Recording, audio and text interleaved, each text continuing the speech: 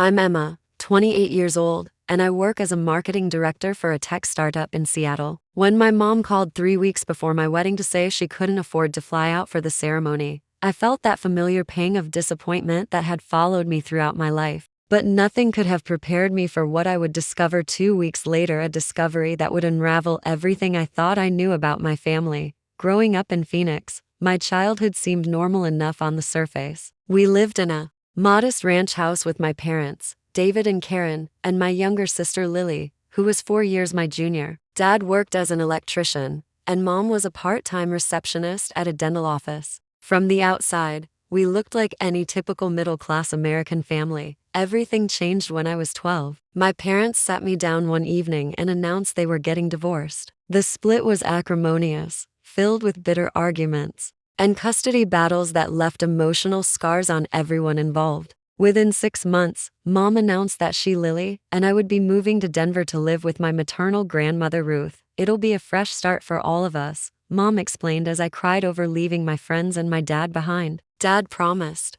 to visit regularly, but after he remarried and started a new family, those visits became increasingly rare until they stopped altogether. Living with Grandma Ruth was comfortable in some ways. She owned a large Victorian house in a nice neighborhood, having inherited money from her late husband's successful accounting firm. But the emotional dynamics were complicated and painful. From the moment we moved in, it became clear that Mom and Lily shared a special bond that I was excluded from. They would go shopping together while I was assigned household chores. They had movie nights while I studied for school. They shared inside jokes that I was never part of. When I tried to join their activities, there was always a reason why I couldn't participate. "This is just for me and Lily," Mom would say dismissively. "You're too serious anyway, just like your father." Being compared to my dad was never meant as a compliment in my mother's eyes. I learned to be self-sufficient out of necessity. By age 14, I was doing most of the cooking and cleaning while Mom and Lily bonded over shopping trips and spa days. When I got my first job at 16, Mom frequently asked to borrow money from my paychecks, money that was never repaid. "Just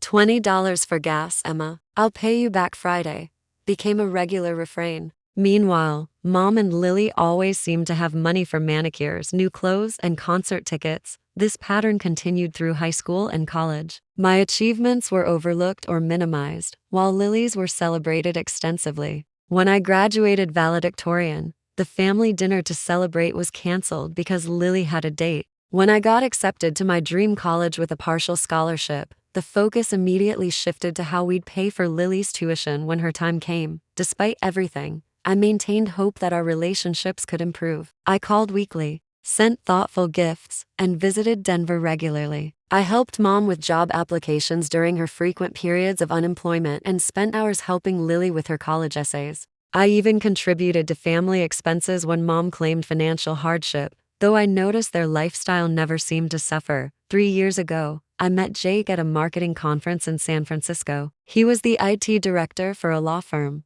and we connected immediately over our shared experiences with difficult family dynamics. What started as a professional conversation evolved into a deep, meaningful relationship. Jake came from a close-knit family where love was freely given and support was unconditional. The first time he took me home to meet his parents in Portland, I was overwhelmed by their warmth. His mother hugged me like I'd always been part of their family, and his father asked genuine questions about my work and interests. "Is this what normal families are like?" I whispered to Jake that night. "This is what loving families are like." He replied gently. After 2 years of dating, Jake proposed during a weekend getaway to the Oregon coast. Standing on a cliff overlooking the Pacific Ocean, he told me I'd shown him what true resilience looked like and that he wanted to build a life together based on mutual respect and unconditional love. We decided on a destination wedding in Napa Valley, choosing a beautiful vineyard that held special meaning for us. The setting would be intimate and romantic, with about 50 guests enjoying a long weekend celebrating our union. When it came time to send invitations, I hesitated over my family members' names. "Do you think they'll come?" I asked Jake. "You'll regret it if you don't invite them," he said. "But prepare yourself emotionally either way." I sent formal invitations to Mom, Lily, and Grandma Ruth, following up with personal phone calls. Mom's response was typically non-committal. "California is so expensive, honey," she said. "And flights." are outrageous these days. We'll try to figure something out. Over the next few months, Mom oscillated between expressing interest and raising obstacles. One week she'd ask about dress codes and hotel recommendations. The next she'd sigh about the cost and complexity of attending. Lily was more direct in her lack of enthusiasm. Destination weddings are kind of selfish, don't you think? She said during one of our rare phone conversations. Not everyone can drop everything and fly across the country for your big day. When I offered to help with flight costs, Mom became indignant. We're not taking charity from our own daughter. We have our pride. As the RSVP deadline approached, I checked the mail anxiously each day. Jake's family and our friends responded promptly with enthusiastic acceptances, but my family's response cards remained absent. When I called to follow up, Mom's excuses became more elaborate. 3 weeks before the wedding, Mom finally called with her decision. Her voice carried that particular tone she used when delivering disappointing news. Emma, we've looked at our finances from every angle, and we just can't make it work, she said. The flights alone would cost over $1,000, and with the hotel and everything else, it's just impossible right now. My heart sank despite having prepared myself for this possibility. I could help with. No, she interrupted firmly. We can't accept that. Besides, Grandma Ruth hasn't been feeling well enough for that kind of travel, and Lily just started a new job and can't take time off. This was the first I'd heard about either health issues or job conflicts, despite speaking with both of them recently. But I forced understanding into my voice. We'll be there in spirit, Mom added brightly. Maybe we can video call during the ceremony. After hanging up, I sat in my office and cried. Jake found me there 20 minutes later and held me as I sobbed through my disappointment. I should have expected this, I said. It's the same pattern it's always been. You had every right to hope they'd be there for you, Jake replied firmly. This isn't about money or logistics. You know that. I did know, but admitting that my family simply didn't prioritize me enough to make the effort was too painful to fully acknowledge. The wedding was beautiful despite their absence. Jake's family embraced me completely, with his mother helping me get ready, and his father giving a touching speech about welcoming me to their family. As I walked down the aisle toward Jake, seeing his eyes light up at the sight of me, I felt pure joy that temporarily pushed aside the sadness. We exchanged vows we'd written ourselves, promising to create a family based on trust, respect, and unconditional love. The reception was magical, filled with laughter, dancing, and celebration. But the empty table reserved for my family served as a visual reminder of their absence throughout the evening. 2 weeks after returning from our honeymoon in Italy, I was settling back into normal life when I decided to check social media. My cousin Ashley, who lived in Colorado, had posted a new photo album that made my coffee cup slip from my hands and shatter on the kitchen floor. The first photo showed my mother, sister, and grandmother standing on the deck of a massive cruise ship, drinks in hand, smiling broadly at the camera. Mom wore designer sunglasses I'd never seen before, and Lily was making a peace sign at the camera. Grandma Ruth, who had supposedly been too ill to travel, stood in the center of the group looking healthy and vibrant. The caption read, "Family cruise to the Caribbean. So blessed to have this time together." With shaking hands, I scrolled through more photos. There was Mom at a poolside bar, cocktail raised in a toast. There was Lily parasailing above turquoise waters. There was Grandma Ruth participating in what appeared to be a dance competition on the ship's main deck. Photo after photo showed them enjoying elaborate meals, shore excursions, and evening entertainment. In one particularly painful image, they were all dressed up for a formal night, Mom wearing an expensive-looking evening gown. The final blow came when I noticed the dates on the posts. The cruise had departed 2 days before my wedding and returned a week after. They hadn't been unable to afford flights to my wedding. They had chosen to take a luxury Caribbean cruise instead. Jake found me on our couch, phone clutched in my hand, tears streaming down my face. I wordlessly handed him the phone and watched his expression change from confusion to disbelief to anger. They went on a cruise. His voice was incredulous. During our wedding, after telling you they couldn't afford flights to California, I nodded, unable to speak through the knot in my throat. This isn't just hurtful, Emma. This is deliberate cruelty.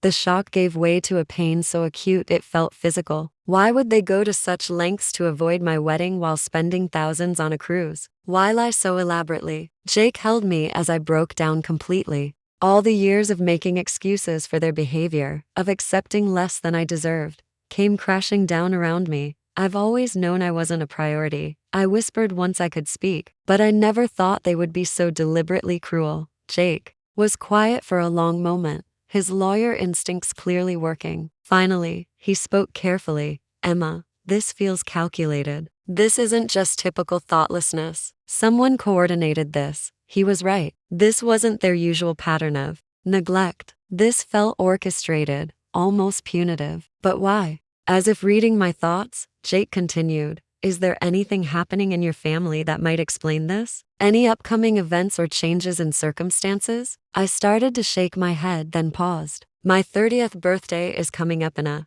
few months, but I can't see how that's relevant. Jake's expression shifted, and I could see realization dawning. Your 30th birthday, he repeated slowly. Emma, I think I know what this might be about. Jake took a deep breath. Remember my colleague Marcus from law school? He specializes in estate planning and works for a firm in Denver. A few months ago at a bar association event, when I mentioned we were getting married and told him your last name, his expression changed. He asked if your grandmother was Ruth Coleman. What about it? I asked, though a knot was forming in my stomach. After a few drinks, he mentioned working on an interesting estate plan for a wealthy client who had sold an accounting business. He didn't name names, but the details matched what you've told me about your grandmother. According to him, this client had set up a trust for her grandchildren with distributions at age 30. My mind raced. Are you saying Grandma Ruth has money set aside for me that I don't know about? Jake nodded grimly. It sounds like your grandmother established a significant trust for her grandchildren, including you, with distributions at 30, which for you is just 3 months away. The implications hit me like a physical blow. So you think they deliberately scheduled this cruise during my wedding to hurt me so badly that I'd cut contact with the family before my birthday? Or to create enough distance that when they gradually pull away after your birthday, you won't connect it to the trust distribution? Jake said, if they can make you angry enough to go no contact, or hurt enough to not question their sudden coldness, you might never find out about the inheritance. The more I thought about it, the more it made sense. The elaborate deception, the timing, the coordination between multiple family members, it all pointed to a calculated effort to manipulate me. There's more, I said slowly, memories surfacing. Last year when Mom was having trouble with her mortgage, she mentioned that Grandma Ruth had helped her out financially. And Lily has never seemed to struggle despite changing jobs frequently. And living in that expensive downtown apartment, Jake's eyebrows rose. So your grandmother might be financially supporting both of them, and they're worried that if you receive your portion of the trust, that support might be reduced. It was like puzzle pieces suddenly fitting together. The decades of emotional distance, the consistent prioritization of Lily over me, the strange dynamics. Whenever money was discussed, there had been a financial element I'd never suspected. What should we do? I asked. Jake thought for a moment. First, we verify if the trust exists and what its terms are. I can reach out to Marcus. If there is a trust, you have legal rights as a beneficiary regardless of your personal relationship with your grandmother. The next day, Marcus confirmed our suspicions. After making discreet inquiries, he discovered that my grandmother had indeed established a trust for her grandchildren, with substantial distributions to be made when each of us turned 30. The trust is irrevocable, Marcus explained during a conference call. Your grandmother can't change the terms even if she wanted to. As long as you're alive on your 30th birthday, you're legally entitled to your distribution. What are my options? I asked. You could wait and see if the distribution happens as planned, confront your grandmother directly, or send a formal legal notice, Marcus replied. But given what you've discovered about their deception, I'd recommend documenting everything and making sure they know you're aware of the trust. After discussing strategy with Jake and Marcus, I decided to be direct. I composed an email to my mother, sister, and grandmother, including screenshots of the cruise photos. I have seen the photos from your Caribbean cruise, which was clearly scheduled during my wedding. I am also aware of the trust established by Grandma Ruth with distributions on my 30th birthday. I have consulted with an attorney regarding my rights as a beneficiary. Any further communication should be directed through my lawyer. I attached the most damning photos and added Marcus's contact information, then took a deep breath and hit send.